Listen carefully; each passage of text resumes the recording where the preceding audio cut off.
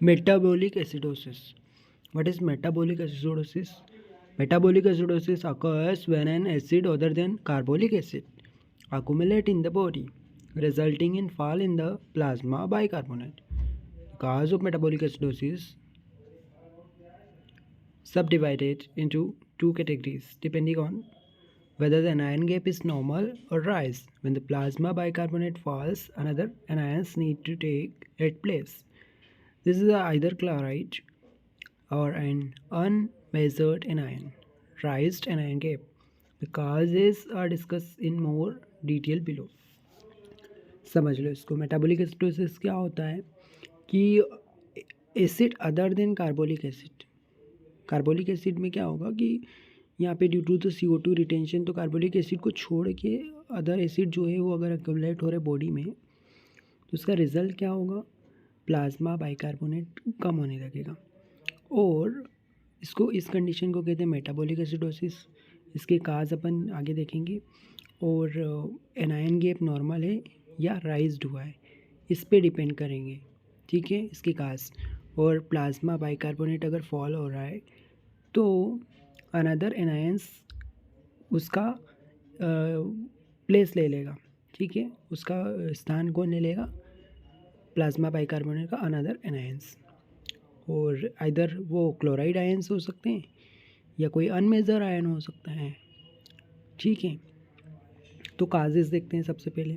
सबसे पहले normal anion gap, अपन ने देखा ना नॉर्मल एनायन गैप वाले काज हैं, और दूसरा कौन सा है, इन एनायन गैप इंक्रीज वाले काज। तो जब नॉर्मल एनायन गैप होता है तो उसमें काज क्या क्या है।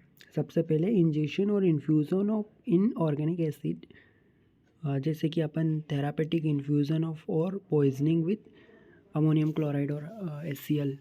तो HCl और हाइड्रोक्लोरिक एसिड और अमोनियम क्लोराइड की अगर पॉइजनिंग हो जाती है तो वहाँ पे आपको ये इंजेक्शन वाले काज हो गए, इनऑर्गेनिक काज।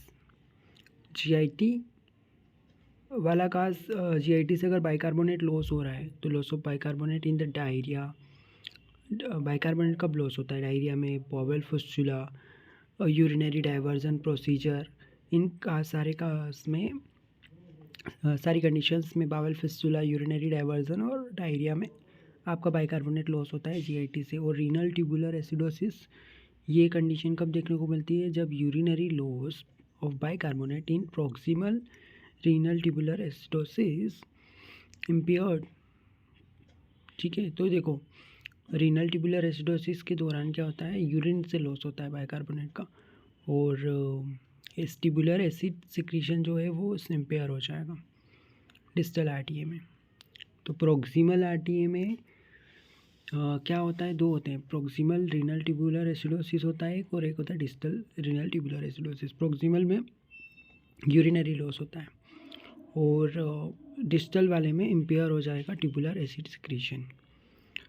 सो बेसिकली ये है नॉर्मल एनायन गैप वाले। हमने जैसे पढ़ा था कि metabolic acidosis other than carbolic acid accumulate हो रहा है बॉडी में, उसको मेटाबॉलिक एसिडोसिस कहते हैं। इसके काजेस अपन देखे कि नॉर्मल एनायन गैप वाले और कौन से देखा, राइज्ड एनायन गैप। इसको 2 कैटेगरीज में डिवाइड किया गया है। जब प्लाज्मा बाइकार्बोनेट फॉल होता है तो उसका प्लेस कोई और एनायन ले लेता है, अनदर कोई क्लोराइड हो सकता है या कोई अनमेजर एनायन हो सकता है। तो जब कोई अनमेजर एनायन होगा तो वहाँ पे एनायन गैप इंक्रीज़ हो जाएगा।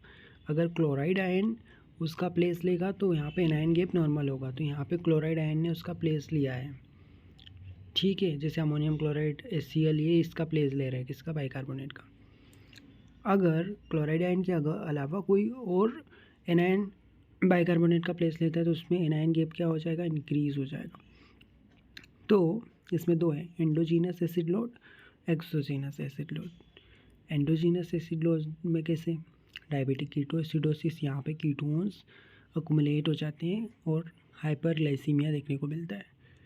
ग्लूकोज लेवल इंक्रीज और कीटोन अकुमुलेशन होता है डायबिटिक कीटोएसिडोसिस में। स्टारवेशन कीटोएसिडोसिस और एल्कोहलिक कीटोएसिडोसिस, ये दो कंडीशन में कीटोन अकुमुलेट तो हो रहा है लेकिन ग्लाइसीमिया नहीं मिलता है, हाइपरग्लाइसीमिया नहीं मिलता है। एल्कोहलिक कीटोएसिडोसिस में कीटोन बॉडी आ रही है बट ग्लूकोज लेवल इंक्रीज नहीं है, स्टारवेशन कीटोएसिडोसिस में भी ग्लूकोज लेवल इंक्रीज नहीं है। लैक्टिक एसिडोसिस और किडनी डिसीज़ में क्या होता है? लैक्टिक एसिडोसिस में शॉक, लिवर डिसीज़ और ड्रग्स। किडनी डिसीज़ में ऑर्गेनिक एसिड का अकुमुलेशन हो जाता है। अब एक्सोजीनस एसिड लोड, जैसे एस्पिरिन पॉइजनिंग, उसमें सैलिसिलेट अकुमुलेट हो जाते हैं। मिथाइल पॉइजनिंग में फॉर्मेट अकुमुलेट हो जाता है। और इथाइल ग्लाइकोल पॉइजनिंग, इसमें ग्लाइकोलेट और ऑक्जेलेट। तो फिर से देख लेते हैं, एस्पिरिन में क्या अकुमुलेट होता है? सैलिसिलेट। मिथाइल पॉइजनिंग में आपका फॉर्मेट अकुमुलेट हो जाता है। इथाइल ग्लाइकोल पॉइजनिंग में ग्लाइकोलेट और oxalate. Pathophysiology, metabolic associated acidosis with a normal anion gap. Normal anion gap यानी क्लोराइड उसका प्लेस ले रहा है बाइकार्बोनेट का। अगर when there is a poisoning with और अदर थेरापेटिक, अपन ने देखा था पॉइजनिंग हो रही थी HCl की और अमोनियम क्लोराइड की, तो हाइड्रोक्लोरिक एसिड या अमोनियम क्लोराइड की पॉइजनिंग हो रही थी, तब होता है ये। और बाइकार्बोनेट का लॉस हो जाता है। रीनल ट्यूबुलर एसिडोसिस अपन ने देखा था। तो बाइकार्बोनेट रिसोर्प्शन नहीं हो पा रहा है PCT से, या एसिड सिक्रीशन इम्पेयर हो गया है डिस्टल ट्यूब्यूल से या कलेक्टिंग ट्यूब्यूल डक्ट से। Impair sodium resorption in the late distal tubule और cortical collecting duct which is associated with reduce secretion of both potassium and H+।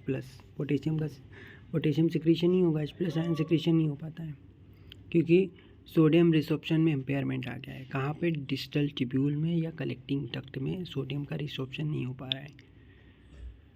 अब रीनल ट्यूबुलर एसिडोसिस के कारण क्या क्या है? सबसे पहले प्रॉक्सिमल रीनल ट्यूबुलर एसिडोसिस और एक है डिस्टल रीनल ट्यूबुलर एसिडोसिस। तो प्रॉक्सिमल वाले को टाइप 2 कहेंगे और डिस्टल वाले को टाइप 1 कहते हैं। प्रॉक्सिमल ट्यूबुलर एसिडोसिस के काज क्या है? Inherited, Fanconi syndrome, cystinosis, Wilson disease, myeloma, amyloidosis, paraproteinemia, heavy metal toxicity, lead, cadmium, mercury poisoning, drugs, ifosfamide, primary hyperparathyroidism. Distal tubular acidosis type 1 RTA के cause क्या क्या है? Inherited, autoimmune, Sjogren syndrome, SLE, toluene, lithium, amphotericin, toxins and drugs में toluene और lithium और amphotericin हो गया। Hyperglobulinemia, primary hyperparathyroidism. Hyperkalemic distal tubular renal tubular acidosis, जिसमें टाइप 4 वाला RTA। टाइप 4 RTA में ड्रग्स में अमाइलोराइड और स्पायरोनोलेक्टोन और हाइपोएल्डोस्टेरोनिज्म, एल्डोस्टेरोन लेवल कम हो गया है। ऑब्स्ट्रक्टिव नेफ्रोपैथी और रीनल ट्रांसप्लांट रिजेक्शन। तो ये अपन ने देखा। क्लिनिकल फीचर क्या आएंगे? नॉर्मल एनाइल गैप वाला जो मेटाबॉलिक एसिडोसिस होता है, इसमें बाइकार्बोनेट लॉस हो रहा था, डायरिया, तो डायरिया के फीचर तो देखने को मिलेगा इसे। और although some form of RTA are inherited, it may also be an acquired। Inherited भी हो सकता है, एक्वायर्ड भी हो सकता है। और क्लिनिकल फीचर्स में डायरिया होगा, अनकंट्रोल्ड डायबिटीज़ मेलाइटस देखने को मिल जाएगा, शॉक। जब एनायन गैप इंक्रीज रहता है तब diabetes mellitus, kidney failure, shock ये भी देखने को मिल सकता है। जब एनायन गैप नॉर्मल रहेगा तो वहाँ पे डायरिया। तो एक्वायर्ड, इनहेरिटेड दो तरीके से अपन ने देखे। इन्वेस्टिगेशन कैसे कराएंगे? यहाँ पे ब्लड गैस मेज़रमेंट करेंगे, ब्लड गैस मेज़रमेंट करेंगे और साथ में क्रिएटिनिन का लेवल मेज़र करेंगे, इलेक्ट्रोलाइट बाइकार्बोनेट मेज़र करेंगे। नॉर्मल सर्कमस्टेंस में anion gap is defined as numerical difference between the main major cation and anion. Anion और कैटायन के बीच का जो डिफरेंस होता है उसको एनायन गैप कहते हैं। तो ये कितना होता है normal anion gap? 5 to 11 anion gap रहता है।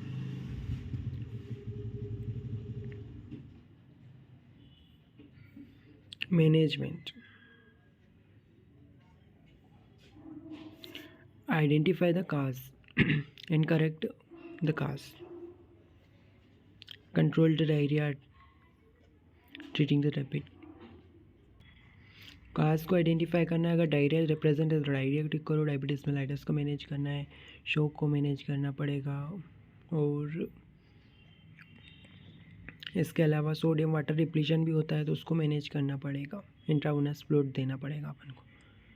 एल्कोहलिज्म स्टारवेशन वाला जो कीटोसिस हो रहा था तो वहाँ पे ग्लूकोज देना पड़ जाएगा। और मेटाबॉलिक एसिडोसिस जब सीवियर होगा तो वहाँ पे जो भी टिश्यू डिस्फंक्शन है उसको भी मैनेज करना पड़ेगा, जो भी काज है उसको ठीक करो और सप्लीमेंट्स दे दो, सोडियम पोटेशियम बाइकार्बोनेट देना पड़ेगा। तो ये metabolic acidosis other than carbonic acid